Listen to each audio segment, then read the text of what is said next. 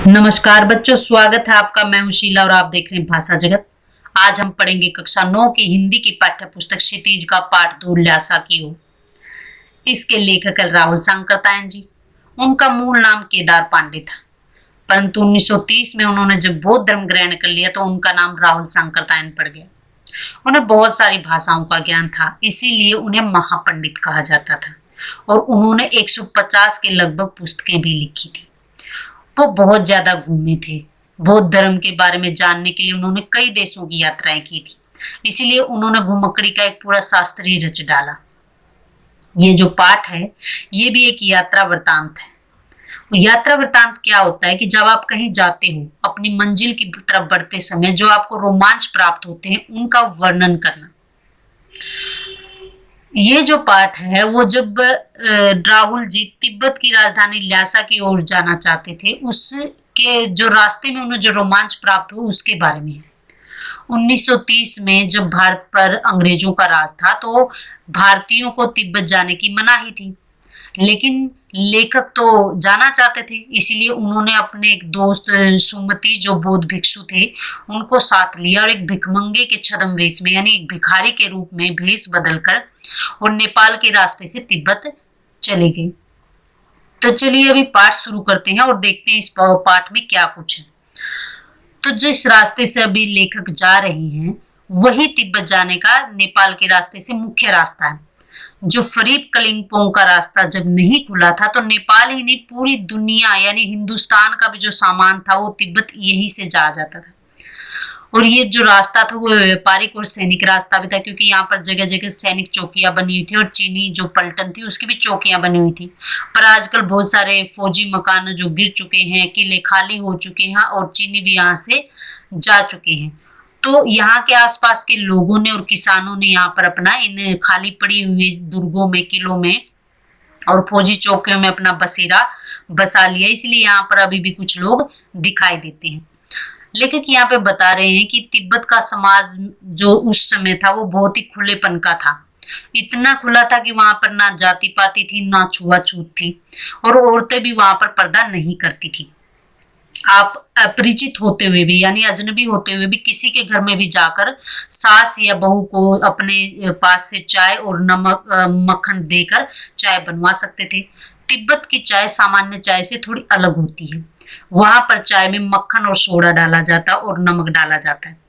यदि आपको लगता है कि आपके मक्खन में से या सोडे में से कुछ बचा लिया जाएगा तो आप अंदर जाके अपनी चाय खुद भी बना सकते हैं।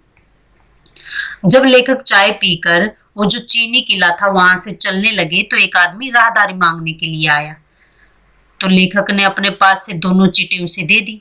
अब ये चीटें क्या थी कि जब लेखक और उनका दोस्त जो आखिरी ये गांव था नेपाल का, इसको पार कर रहे थे तो उसको पार करने के लिए अनुमति पत्र चाहिए था और लेखक ने अपने एक दोस्त की सहायता से मजिस्ट्रेट से अनुमति पत्र प्राप्त कर लिया था। अनुमति पत्र अर्थात परमिशन लेटर। तो उन्होंने वो अनुमति पत्र जो उस आदमी को दिया और वहां से चल दिए थोंगला जो कि नेपाल का आखिरी गांव था, वो वहां पर पहुंच गए। और वहां पर जो सुमति था लेखक का मित्र था, उसके बहुत सारे जान पहचान के थे, इसलिए भिखारी के रूप में होते हुए भी उन्हें रहने के लिए अच्छी जगह मिली। जबकि लेखक यहाँ पर बताना चाह रहे हैं कि 5 साल बाद जब वो यहीं से लौटे, जबकि एक अच्छे कपड़ों में थे, वो भद्रवेश में थे और उन्होंने घोड़ों की सवारी की थी यानी वो घोड़ों पर सवार थे, फिर भी उन्हें कोई अच्छी जगह नहीं मिली थी रहने के लिए और उन्हें गांव के एक सबसे गरीब झोपड़ी में ठहरना पड़ा था। क्यों? क्योंकि वहां पर लोगों की अब सोच जो है वो बदल गई थी। खासकर शाम के टाइम तो एक छंग नामक मादक पदार्थ पीकर, एक नशीला पदार्थ पीकर लोग अपने होश हवासी खो बैठते थे, यानी कोई भी होश में रहता ही नहीं था। अब लेखक बता रहे हैं कि लेकिन सबसे जो मुश्किल था वो डांडा थोकला पार करना था। अब डांडा थोकला एक ऐसी जगह थी जो बहुत ऊंची थी, 16-17 हजार फीट ऊंची थी, यानी 16-17,000 ऊंची जगह थी, जो एक पतला सा रास्ता था। उसके दोनों तरफ खाइयां थी और जगह जगह नदियों के और पहाड़ों के मोड़ बने हुए थे, यानी सामने से आता हुआ कोई इंसान भी स्पष्ट नहीं दिखाई देता था और कहीं पर भी टकरा कर या ध्यान हटा तो वो कहीं पर भी गिर सकते थे, इतना खतरा था। और इसके अलावा भी वहां पर डाकुओं का राज था, यानी आप रास्ते में जाते हुए डाकुओं से भिड़ंता हो जाए तो आपका बचना मुश्किल था, क्योंकि डाकू सामान बाद में लेते थे और मारते पहले थे। और वहां की सरकार ने भी खुफिया विभाग और पुलिस पर उतना खर्चा तो किया नहीं था, क्योंकि सरकार के पास खुद ही पैसा नहीं था। तो वहां पर हर वक्त डर लगा रहता था कि कहीं भी कभी भी डाकू आ जाएंगे और उन्हें मार देंगे, क्योंकि अभी कुछ समय पहले ही, यानी जब लेखक गुजर रहे थे वहां से, उससे कुछ समय पहले ही वहां पर एक खून हुआ था, डाकुओं ने एक आदमी को मार दिया था। और वहां पर क्या है, जो हथियार का कानून भी नहीं था। हथियार का कानून क्या होता है कि इंसान सिर्फ तभी हथियार रख सकता है जब उसे अपनी सेफ्टी करनी, अपनी सुरक्षा करनी होती है, लेकिन यहाँ पर ऐसा कुछ कानून था नहीं, इसलिए हर कोई बंदूक पिस्तौल लिए फिरता था। अब जब भी लेखक और उनके दोस्त को कोई खतरा महसूस होता तो वो अपनी टोपी उतारकर, जीभ निकालकर कुची कुची करने लग जाते। एक पैसा, कुची कुची एक पैसा, अर्थात दया करो एक पैसा, जैसे भिखारी करते हैं कि एक पैसा दे दो अल्लाह के नाम पे, भगवान के नाम पे, उसी तरह से वो करने लग जाते थे। और फिर वो वहां पर चलते चलते जो है थक गए, और उन्होंने, लेखक ने कहा कि अब हम बहुत थक गए, 16-17 मील पैदल चल पड़े हैं इतना सामान पीठ पर लाद कर, तो आप घोड़े ले लो ताकि हम उस पर बैठ जाएं और आराम से चले। तो अगली जो लंगकोर जगह थी वहां पर उन्होंने 2 घोड़े कर लिए और उस पर बैठकर वहां पर चल दिए। तो वहां पर चलते चलते वो क्या है, एक बहुत ही ऊंची जगह पर जा पहुंचे, जो समुद्र तल से 17-18 हजार फीट ऊपर था। और उनके दक्षिण और पूर्व से पश्चिम सब जगह के हिमालय के जो श्वेत शिखर थे, यानी हिमालय के जो बर्फ गिरकर जो सफेद हो गए थे सारे शिखर, वो दिख रहे थे। और चोटियों की तरह दिखने वाले जो पहाड़ थे, छोटे छोटे पर्वत पहाड़ थे, वो क्या है, बिल्कुल नंगे दिखाई दे रहे थे, क्योंकि ना उनके ऊपर सफेद बर्फ थी और ना वहां पर कहीं पे हरियाली थी। ऐसी चोटियां बहुत कम दिखाई दे रही थी, बाकी सभी ऊंचे ऊंचे पर्वत थे। और उनके जो सबसे ऊंचा स्थान पर था, वहां पर डांडे के देवता का स्थान था, जहां पर पत्थरों के ढेर लगे हुए थे, जानवरों के सींगों के रंग बिरंगे कपड़ों के ढेर लगे हुए थे। चढ़ाई तो थी ही मुश्किल, लेकिन उतराई उतनी मुश्किल नहीं थी, यानी चढ़ते समय तो उन्हें थोड़ा मुश्किल लगा, पर उतरते समय उन्हें इतना मुश्किल नहीं लगा, और घोड़ों पर बैठकर धीमे धीमे से चलने लगे, यानी थोड़े वो सुस्त हो गए। अब क्या हुआ कि जो सुमति था उसका घोड़ा तेज तेज चल रहा था, लेकिन लेखक का घोड़ा धीरे धीरे चल रहा था, इसलिए सुमति बहुत आगे निकल गया और लेखक पीछे रह गए। और लेखक को ऐसा महसूस हो रहा था जैसे वो डॉन quijote है। डॉन quijote कौन है? एक स्पेनिश जो उपन्यास था उसका हीरो था, जो घोड़े पर बैठ के अपनी मस्ती में झूमता हुआ चलता था। अब लेखक अपने आप को वो हीरो समझ रहे थे और अपनी मस्ती में चल रहे थे, लेकिन चलते चलते सुमति काफी आगे निकल गए, और आगे जो है 2 रास्ते निकलते थे। अब लेखक को पता नहीं था कौन से रास्ते पे चलना, वो क्या है, दूसरे यानी गलत रास्ते पे चल दिए। अब आगे बहुत दूर जाकर उन्हें जान पड़ा कि ये रास्ता तो गलत है, और वहां से फिर वो वापस आए और उन्हें बहुत देर हो गई। तो जब उन्हें बहुत देर हो गई तो आगे देखा कि सुमति बहुत गुस्से में है, क्योंकि वो बहुत टाइम से इंतजार कर रहा था।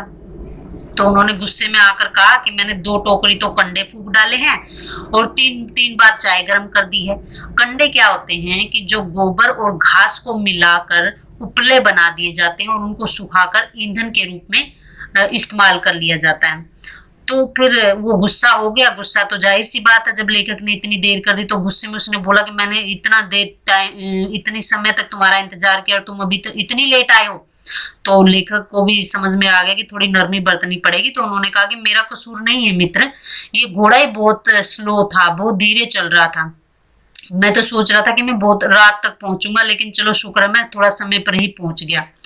तो इससे क्या, सुमति का गुस्सा जितनी जल्दी चढ़ा था उतना ही जल्दी उतर गया। और फिर वो एक लंगकोर एक जगह, वहां पर एक अच्छी जगह पर ठहरे। वहां पर सुमति के बहुत सारे यजमान थे, जहां पर पहले उन्होंने चाय और सत्तू खाया। सत्तू क्या होता है कि आटे, कोई भी अनाज को भून के, खासकर जौ और गेहूं को भून के और उनको मोटा मोटा पीस लिया जाता, फिर उसको, और फिर रात को क्या है, गर्मा गर्म थुंगपा खाया। अब थुंगपा क्या है कि सत्तू के साथ ही हड्डी मीट वगैरह पका लिया जाता है, पतला पतला बनाकर उसको खा लिया जाता है। अब क्या है कि जब वो वहां से चल दिए तो उन्हें टिंगरी के विशाल मैदान में थे वो, और टिंगरी के विशाल मैदान एक टापू की तरह से नजर आता है, जैसे कि चारों तरफ तो ढेर सारी पहाड़ियां ही पहाड़ियां दिखाई दे रही है और बीच में क्या है, मैदान है। और वहां पर जो टिंगरी, एक पहाड़ी का नाम था टिंगरी समाधि गिरी। तो आसपास के गांव में जो सुमति के वो बहुत सारे यजमान थे, तो सुमति क्या है, अपने साथ बोधगया से एक कपड़ा लेके आए थे, जिसको पतला पतला फाड़ कर और उसकी गांठें बांध देते थे, जिसको गंडे कहते थे, और वो अपने यजमानों में बांटते थे। और वो जो गंडे थे लोगों के लिए, जो बौद्ध धर्म को ग्रहण किए हुए थे, उन लोगों के लिए बहुत ही पवित्र थे, क्योंकि वो बोध गया से आए हुए थे। तो जिस गांव में उन लोगों को ठहरना था, तो सुमति क्या चाहते थे कि वो अपने यजमानों को खूब सारे गंडे बांटे, ताकि उन्हें कुछ लाभ हो, यानी यजमान उन्हें कुछ दक्षिणा दे। तो लेखक ने उनसे कहा कि आप एक काम कीजिए कि बाद में बांट लेना, अभी हम चलते हैं, तो जो जितना भी पैसा, मतलब जितना आपका नुकसान होगा, मैं वहां पर जाकर उतने ही पैसे आपको दे दूंगा। तो सुमति ने इस बात को स्वीकार कर लिया और अगले दिन उन्होंने भरिया ढूंढने की कोशिश की। भरिया क्या है, जो भारवाहक होते हैं, यानी जो उनका सामान लाद कर चल पड़े। अब क्या है, फिर अगले दिन क्या है, उन्होंने सोचा तो था कि हम सुबह जल्दी जाएंगे, लेकिन अगले दिन उन्होंने 10-11 बज गए और तेज धूप में चलना पड़ा। और चलते चलते उन्हें बहुत ज्यादा धूप लगने लगी, और एक सामने से धूप लग रही तो उन्हें गर्मी लग रही, पसीने आ रहे, और पीछे से उन्हें क्या ठंड लग रही है। अब चलते चलते सुमति ने कहा कि मुझे अपने एक यजमान से मिलना है, तो इसलिए वो मिलने के बहाने एक सेकर विहार नामक जगह थी, वहां पे रुक गए। जो सेकर विहार था, वहां पर बहुत सारे जागीरदार थे।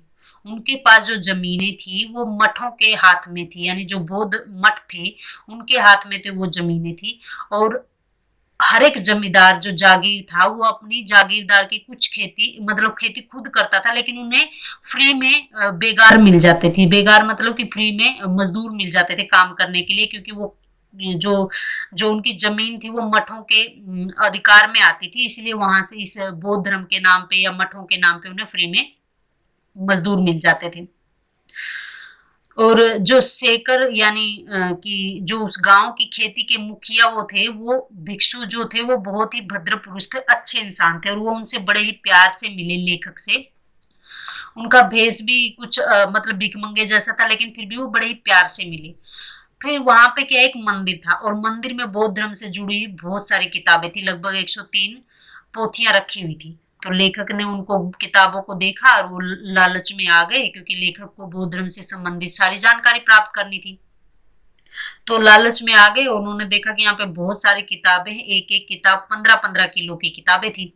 तो उसने सुमति से कहा कि आप एक काम करो, जाओ अपने गंडे बांटो, अपने यजमानों से मिले, मैं तब तक यहीं पे रहता हूँ और किताबें पढ़ता हूँ।